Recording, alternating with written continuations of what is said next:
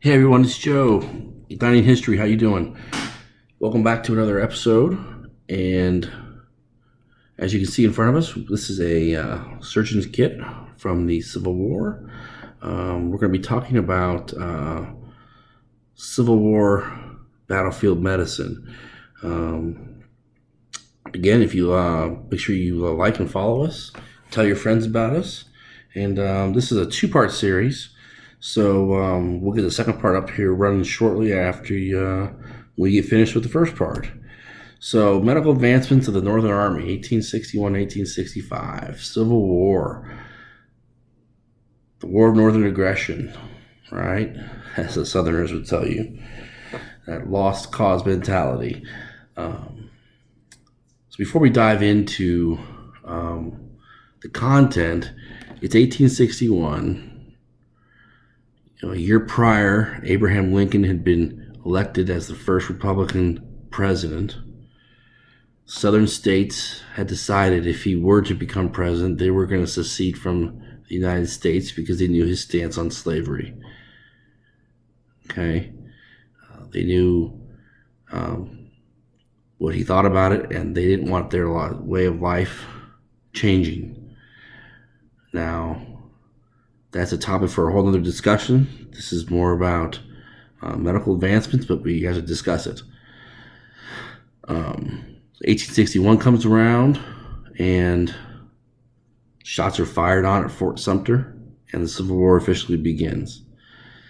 Now, we're thinking that this is not going to last very long, right? First battle of the Civil War, people brought picnics and lawn chairs, umbrellas, and they were going to watch this skirmish because they were sure that this was the only thing that was going to happen. Well, 4 years later, and hundreds of thousands of American lives later, the Civil War is over. So it wasn't just a skirmish. The people who fought these battles were brothers and friends and neighbors, and they were adamant about their beliefs. So I wish it was a skirmish, and I wish there weren't that many people who had died, but it did.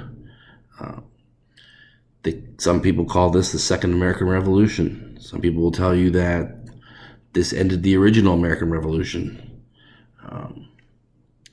This was a big deal. This is still studied extensively, in American schools. It should be, and worldwide, for its impact on the history of the world. So let's talk about it. So we talk about casualties of war, right? So we're talking about casualties during battle, right? So people who were shot or they got blown to bits by a cannon, or just stabbed by a bayonet. And then we have casualties of disease. And you may or may not be surprised to hear this, but the number of soldiers who died due to disease during the Civil War was 2-to-1 compared to the soldiers who died of battlefield wounds. Okay, so we're talking a number of 500,000 people died, soldiers died from sickness on both sides. Okay, 250,000 died from battlefield wounds. Okay, so that's half. All right, so you were much more likely to survive a battle than you were to survive getting a disease.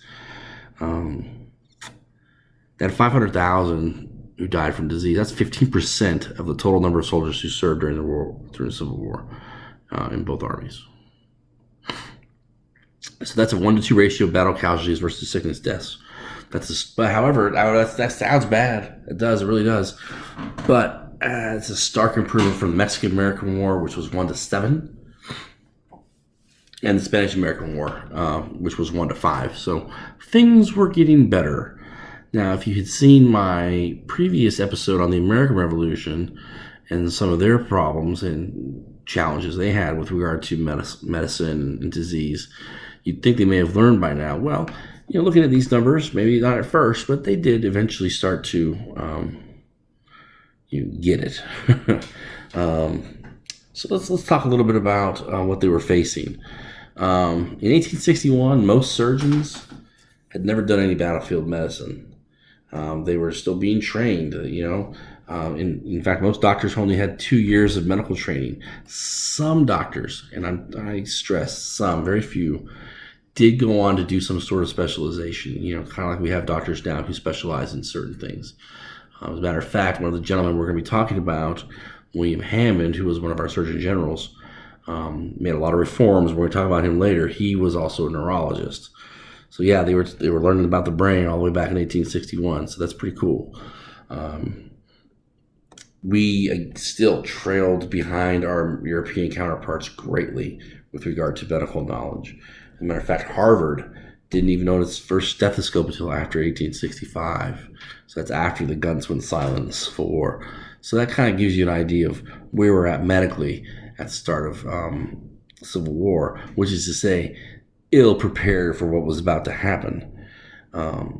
They were nowhere near ready for the amount of wounded and sick they were about ready to care for. They could never have even fathomed the amount that they were going to have to deal with. So we have a lot of diseases, and we have maybe some treatments. Okay, as stated, they were much more likely to die from disease than a gunshot wound or a cannon blast or a knife wound. Some of the big hitters, again, you may have heard some of these: malaria, smallpox, pneumonia, measles, typhoid, dysentery, and camp itch. You may want to look that one up.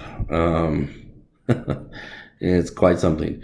They would run through camp just like they had done before. You're talking close proximity, you're talking poor hygiene. Now you're talking about more poor physical examinations when the soldiers were enlisting into the Army, right? So the people who were doing the examinations were just kind of giving it all run through real quick. Oh yeah, you look good. Move on through. Go get your stuff. Fight.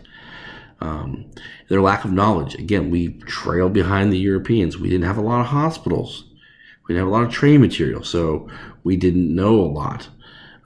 We had disease-carrying insects and rodents. Again, those don't go away. That's a common theme throughout history. You'll see. And disease-carrying rats. Hello, bubonic plague. Okay, Black Death. Some of the things they did use to treat with was opium. Opium was used to treat diarrhea. We used mercury and chalk mixed together to help a bowel blockage. So if you couldn't go to the bathroom and you needed to get blasted out, there you go.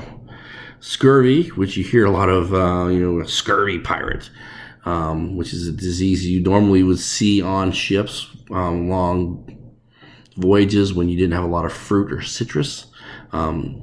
That is easily treated by just adding citrus and vegetables back into your diet. Again, we see opium being used to treat pneumonia, as was quinine. For malaria, they would use turpentine or quinine. And there we go again with the bloodletting. When all else fails, let's cut them open and let the blood rain, let the blood flow. In some instances, no instances does this work. Again, you do too much, you're going to kill the man. So let's just leave the bloodletting to somebody else, okay? Gosh, with the bloodletting. So that's kind of a roundup of what they were having to deal with diseases. Now with the surgeons, again, they were a lot of times they were considered butchers in the beginning, and that's not too far from the truth. However, there is some scholarship out there that'll tell you, they weren't butchers, and they were really trying to do the best for the patient. However, it does seem hard to believe that at first. Maybe towards the end of the war, 1863 and on, as they began to learn to resect and save arms and legs, and rather just chop them off. But we'll talk about that on part 2. So the local camp surgeon was who you got if you got wounded. And we're talking not a great scene, you guys. We're thinking, people are lined up waiting for the doctor.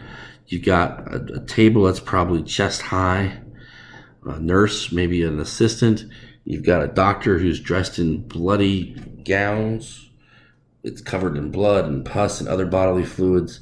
Knives that have the same stuff on them. And they did not know antiseptic technique. So they did not know to clean instruments. However, one of the big myths out there was that they didn't use anesthesia. That's wrong. As a matter of fact, anesthesia was used. As a matter of fact, chloroform was the drug of choice. And just like you kind of see in the movies, they would put it on the on a rag, drip it on there, and they would put it over the patient's mouth, let him breathe it in. Now, unlike in the movies, it takes a little while for it to activate and for you to go unconscious. It doesn't happen within a couple seconds. It takes a little bit. But they had to act quick. A skilled surgeon, as they got better, would be able to do one in, under a minute, to at least get through the bone and the muscle, as they learned, better and better techniques. So the patients would be knocked out, and again, like I said, chloroform was used, I think, about 75% of the time, and the rate of success for that was actually pretty high. Now again, the early surgeons, they were quick to amputate. You have a gunshot wound, chop an arm off. You got stabbed, broke a bone, chop an arm off. So again, they were kind of seen as butchers. Amputations would be performed, all day and night. So if it was a bad battle, they would be working throughout the night. Instruments being rarely washed, and so you're gonna have a huge infection rate, aren't you? You don't clean your stuff, and look how clean operating rooms are nowadays. You can't even go in there unless you have a hazmat suit on or something close to it. These guys are just winging it, right? Chop an arm off, throw it in a pile, wrap it up. Okay, you're good to go. Well, that would lead to incredible both pain afterwards, post-surgical pain, and a high infection rate. So a lot of soldiers would die from the infection. If they didn't die from the amputation or the wound, they would die from the infection a few days later on. A lot like the American Revolution doctors, surgeons, these Civil War surgeons would use, fingers, bloody fingers, to probe for the bullets or the mini balls. They would use sometimes dull knives to cut through the skin and tissue and bone. And then at the end of the day, it would not be unheard of to see a pile of limbs, up to 5 feet high. So that's